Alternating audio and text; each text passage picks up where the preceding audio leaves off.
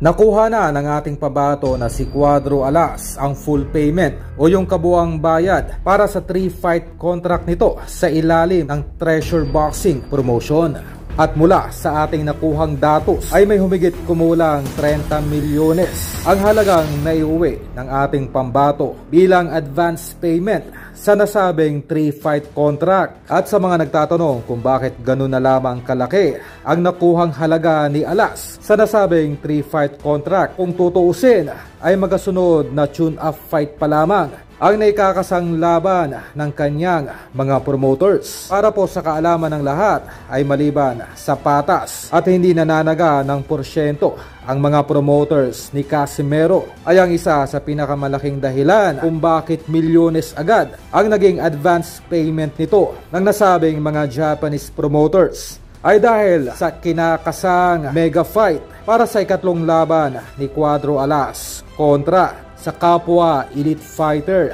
na si Nery, na siyang magiging daan nito upang maselyuhan na ang laban kontra sa Japanese boxing superstar na si Inoue. Kaya ganoon na lamang kalaki ang kontrata at salapi na ibinibigay ng Treasure Boxing Promotion dito sa ating pambato na si Alas. At dito ay naiungkat muli ang tila masaklap na naging kapalaran noon ni Alas sa nilayasan nitong promotion na tila walang halos naipundar itong ating pambato noon sa kabila na nagkaroon ito ng malalaking laban sa nasabing promotion. Kung ating maalala ay kamakailan lamang ay halos mamura noon ni Manny Pacquiao ang nasabing matchmaker dahil sa labis ng paggamit ng kanyang pangalan upang gawing gatasan ang mga pobreng Pinoy sa ilalim ng kanyang promotion.